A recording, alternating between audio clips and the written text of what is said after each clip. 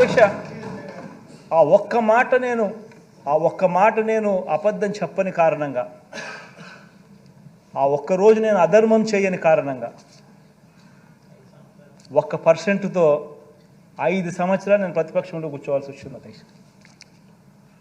ఇది రియాలిటీ అధ్యక్ష.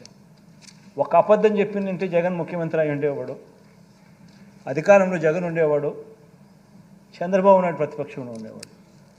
జగన్ ఒక అబద్ధం చెప్పలా, చేయలేనని చెప్పాడు, మాట మీద తాను నిలబడతాడు అన్న ఒకే ఒక్క అంశం మీద జగన్ అబద్ధం చెప్పలా, 5 సంవత్సరాలు ప్రతిపక్షంలో కూర్చున్నాను.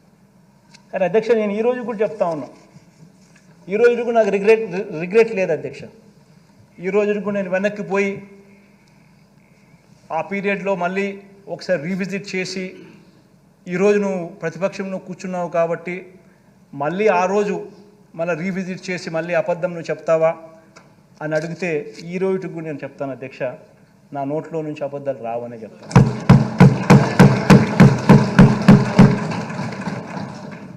అధ్యక్ష ఇది చాలా ఇంపార్టెంట్ అధ్యక్ష. ఎందుకనంటే నేను ఆ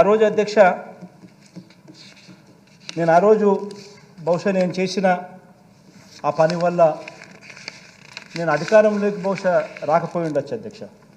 కానీ అధ్యక్ష అధికారంలోకి నేను రాలేకపోయిన అధ్యక్ష, ప్రజల్లో విశ్వసనీయత అన్న అంశం ఏమిటి, విశ్వసనీయత అన్న పదానికి అర్థం మాత్రం జగనే విశ్వసనీయతకు అర్థం అని చెప్పి మాత్రం ప్రజలకు నన్ను నమ్మినారు అధ్యక్ష. ఈరోజు నేను గర్వంగా కూడా చెప్తా ఉన్నా అధ్యక్ష, 2014, 2019 నుంచి 23 ఈ 5 సంవత్సరాలలో చెప్పిన మేనిఫెస్టో ఏదైతే రిలీజ్ చేసినామో అందులో 99% హామీలను చిత్తశుద్ధిగా మేనిఫెస్టోను ఒక బైబిల్గా భావించి, ఒక ఖురాన్గా భావించి, ఒక భగవద్గీతగా భావించి నిబద్ధతతో 99% హామీలను అమలు చేసి, ఆ చేసిన హామీలను ఆ మేనిఫెస్టోను ప్రతి ఇంటికి కూడా తీసుకొని వెళ్ళి చూపించి, ప్రజల చేతనే మార్కులు ఇచ్చి, ప్రజలే శభాషను అనిపించే విధంగా ప్రతి ఎమ్మెల్యేను గడప గడప కూడా తిప్పుతా ఉన్న ప్రభుత్వం కూడా మనదే అని చెప్పి కూడా అధ్యక్ష. ఇది అధ్యక్ష తేడా మనకు చంద్రబాబు నాయుడు గారికి అధ్యక్ష.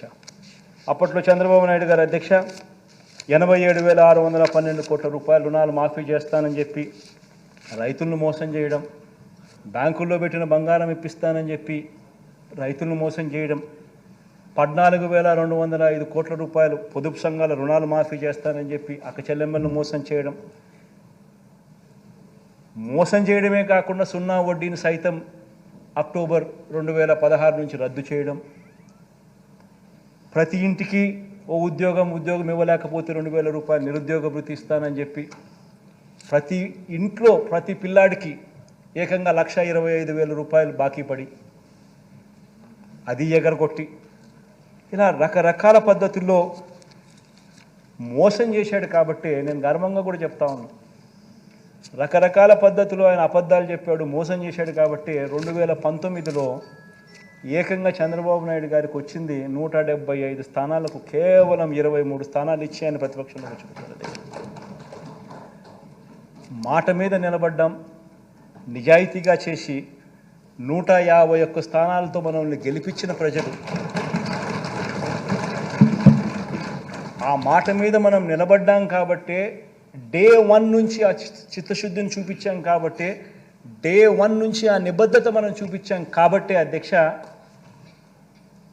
151 స్థానాలు ఇవ్వడమే కాక దాని తర్వాత జరిగిన స్థానిక సంస్థల ఎన్నికలు కానీ, ఉప ఎన్నికలు కానీ, ఏ ఎన్నికైనా తీసుకున్న అధ్యక్ష, ప్రతి ఎన్నికల్లో కూడా అధ్యక్ష ప్రజలు తమ గుండెల్లో పెట్టుకుని వైఎస్ఆర్ కాంగ్రెస్ పార్టీని గెలిపించారని గర్వంగా చెప్తాను.